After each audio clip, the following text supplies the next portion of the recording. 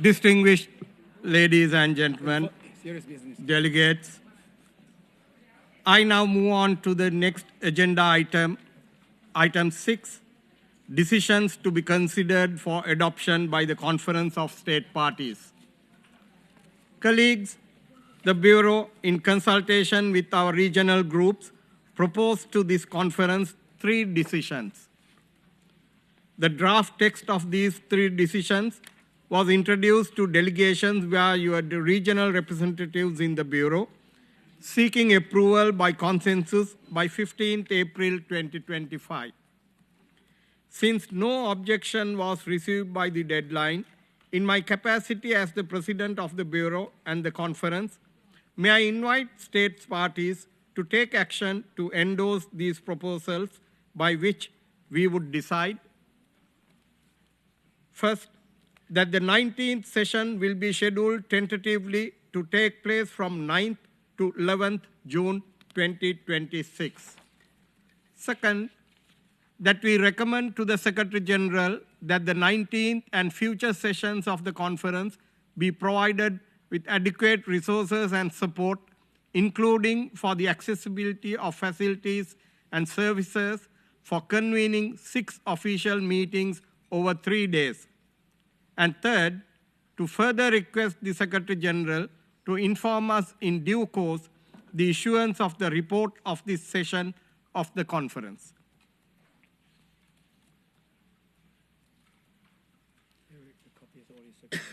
Yeah. In the table. Yeah. And a copy of these decisions is already provided on your tables. And I see no objection. May I take it that the conference would adopt the decisions as proposed? So, no objection, and it is so adopted.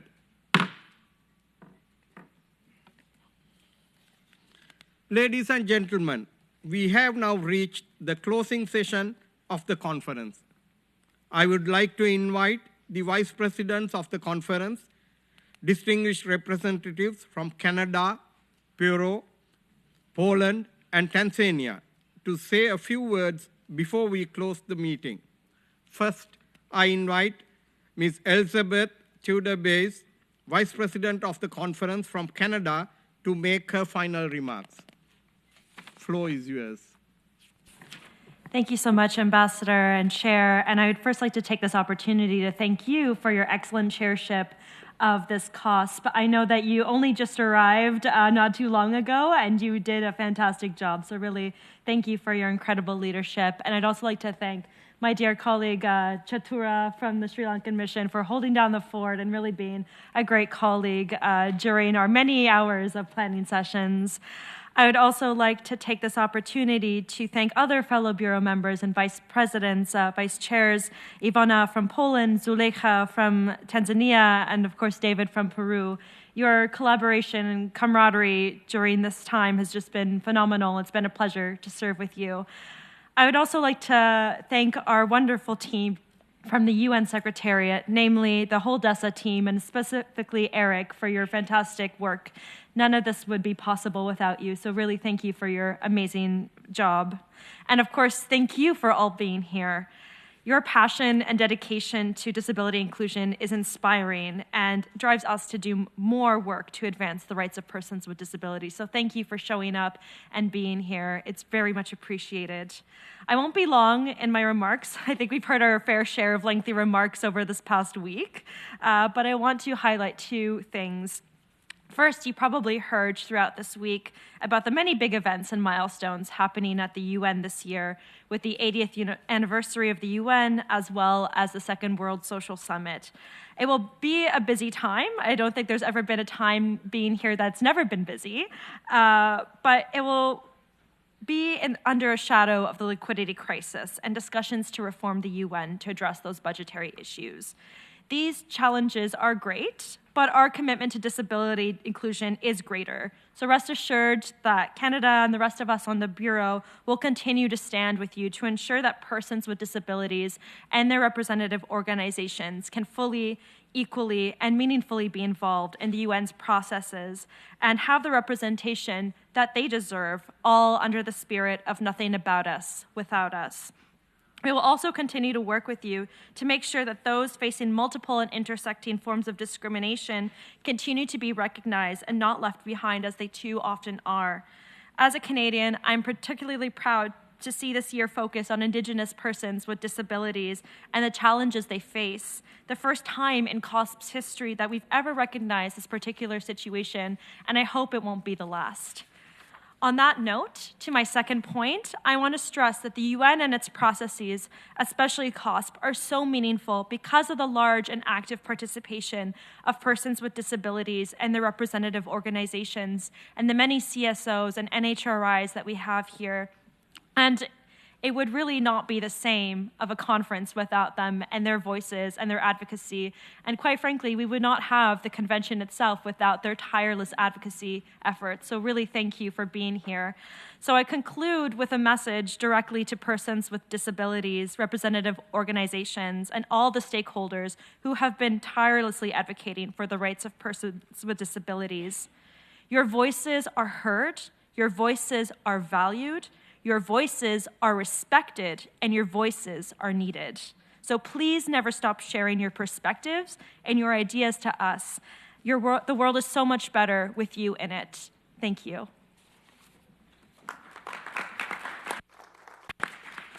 Thank you, Elizabeth, for these remarks.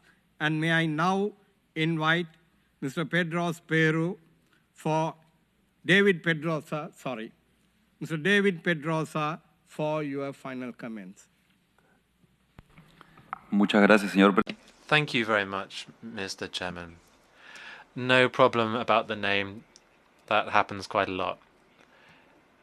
On my own behalf, I would like to sincerely thank all of the Bureau, and I'd also like to thank the members of the DGACM and the interpreters who've helped us. Your professionalism and commitment have really helped us in this meeting. Over the last few days, we have seen how committed states and civil society organizations are. We've heard 164 statements delivered in the last few days, and they have really shown how important these issues are. It's been an honor for me personally to take part. I have learned a great deal from all of the success stories that we have heard about and the lessons that countries have learned. Civil society have also provided important input. Above and beyond our different realities and the differences that we may find, we all face the same difficulties in trying to implement the convention. Perhaps this would be the most important lesson for me, and perhaps not just for me. We are all on this difficult journey, but we need to continue to pursue it towards our common goal. Soon, I hope very soon, in future conferences, we will be able to see that say that we fully implemented the convention, and that every person with disabilities is able to access society on an equal footing and to live independently and empowered. This is the work that we have to undertake. And I'd finally like to thank all delegations and civil society, and in particular all persons with disabilities who have traveled here, who have come here to speak about their realities. Thank you. Thank you, David. And may I now invite Ms. Ivona Luna, Vice President of the conference representing Poland, to share a few words. Thank you, Mr. President. Colleagues, it has been a great honor for Poland and for me personally to serve as a Vice President of this conference representing the Eastern European Group. I would like to express my sincere gratitude to our President, Sri Lanka, for their leadership and guidance, both in the lead-up to the conference as well as this week. It was a real pleasure to work alongside you and your stellar team, Mr. Ambassador.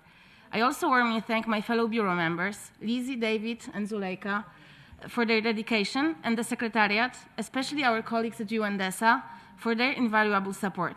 Let me also acknowledge the interpreters, captioners, sign language interpreters, security, support staff, and technical teams. Your work behind the scenes is what makes this conference truly accessible and inclusive. I thank the members of the Eastern European Group for their trust and cooperation, and my colleagues from the European Union for their continued support and encouragement. On a personal note, I am proud to continue Poland's long-standing commitment to the promotion and protection of the rights of persons with disabilities. Two of my predecessors also served on this bureau, and I hope that this tradition will continue. Poland remains committed to advancing disability rights, both at home and on the multilateral stage. Though not formal theme this year, over the last 3 days, we heard many voices raise the issue of persons with disabilities in situations of conflict, humanitarian crisis, and natural disasters. As a non-permanent member of the UN Security Council in 2019, Poland took action by initiating Resolution 2475, the first ever and still the only UN Security Council resolution on persons with disabilities in armed conflict and emergencies. It affirms not only their specific needs, but also their leadership grounded in lived experience. The resolution is a direct implementation of Article 11 of the CRPD. This issue is close to our hearts and sadly also close to our borders in Poland. You can be assured that we will continue to raise it in all relevant fora.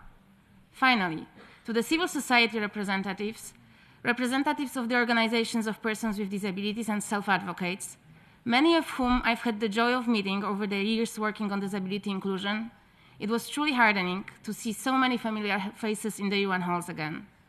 This week, we witnessed once again how vibrant, determined, and diverse the global disability movement is. Your presence, insight, and moral clarity have always been the driving force behind the CRPD. You are the agents of change and the soul of this conference. Thank you for your work, and please never stop inspiring us and holding us, the member states, accountable. Thank you for your participation, and see you all next year.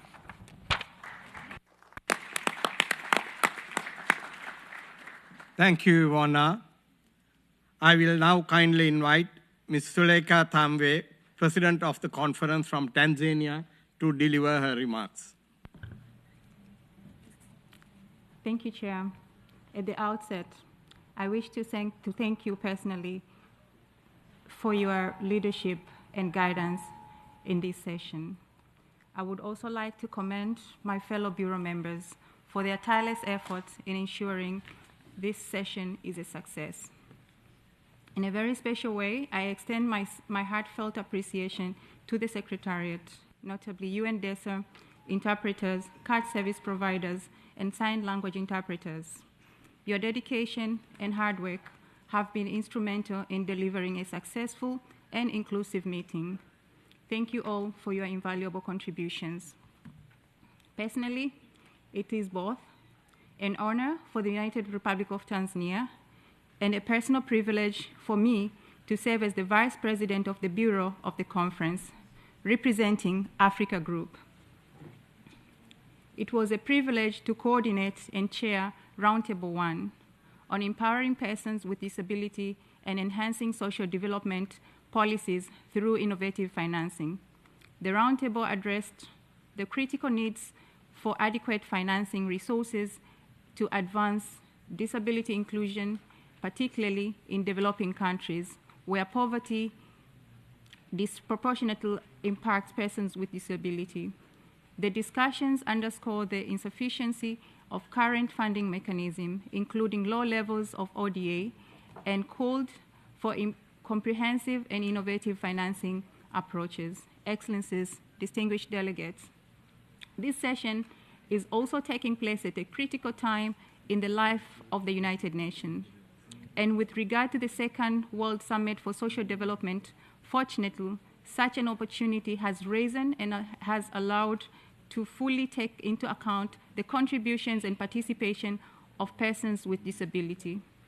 A historical declaration on social development to be adopted in Doha this November, and during which member states will be asked to support, to make heard, to work to ensure the interests, needs, well-being, and future of persons with disability are an integral part of this important declaration. In the current phase of the discussions, the contributions and commitment of member states have been overwhelmingly and spontaneously encouraging the co-facilitator to insert proactive language in this direction, which has received immense support. We applaud the emphasis given by this declaration to the persons with disability thus far, particularly when one considers the many obstacles of implementing measures and actions to level up the participation and enjoyment of equal rights and opportunities. In this respect, we continue to support a sense of responsibility with regard to the international cooperation and social development objective, as has been done with many other topics here at the UN. We must all tirelessly continue to identify efforts which tend to enhance public awareness of the rights and contributions of persons with disability before and after this auspicious Summit for Social Development. This COSP18 session has made significant contribution towards that goal. Let us carry on this momentum together. I thank you. Thank you, Suleika, for your comments. Excellencies, participants, and friends, as we wrap up the 18th session of this COSP, I would like to share some reflections on the achievements of this year's conference. Once again, the wide-ranging representation of state parties and made during the general debate by about 164 speeches, the valued participation and engagement of entities across the UN system, and of course, the massive turnout by our partners in civil society, representing the community of persons with disabilities from across the globe, is testament to the continued relevance and indispensability of the conference as a forum to discuss the most pressing issues, to exchange knowledge and promising practices, as well as to challenge ourselves and keep stock of our progress towards full realization of the rights of the Convention. The conference continues to lead by example in terms of accessibility, with every session marking another step forward in enhancing accessibility and towards the full and effective participation of persons with disabilities. The relevance of the conference and its ability to tackle pressing issues is reflected in the discussion held during Roundtable 1 on the vital and timely topic of innovative financing, under the theme Empowering Persons with Disabilities and Enhancing Social Development Policies Through Innovative Financing.